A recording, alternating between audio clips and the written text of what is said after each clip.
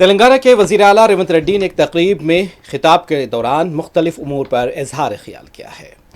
उन्होंने मूसा नदी से मुतालिक बताया है कि हुकूमत की जानिब से जारी करदा मूसा दस्तावेज़ात में लिखा है और वजाहत की गई है कि इस प्रोजेक्ट के लिए 7 मिलियन अमरीकी डॉलर यानी 65,000 करोड़ रुपये खर्च किए जाएंगे।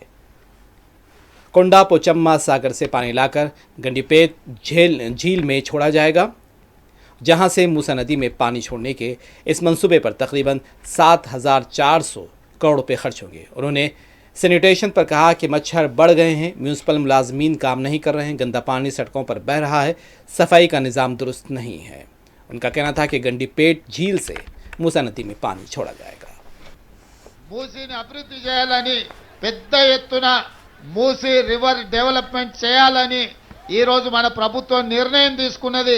హైదరాబాద్ నగర అభివృద్ధి కోసం, మూసీ పరివాహక అభివృద్ధి కోసం 5 ఏళ్లలో 1,50,000 కోట్ల రూపాయలతోని ప్రణాళికలు సిద్ధం చేసి తొందరలోనే పనులు ప్రారంభించబోతున్నామని చెప్పి మీ అందరి సమక్షంలో ఇయాల మనం ప్రకటించుకుంటున్నాం।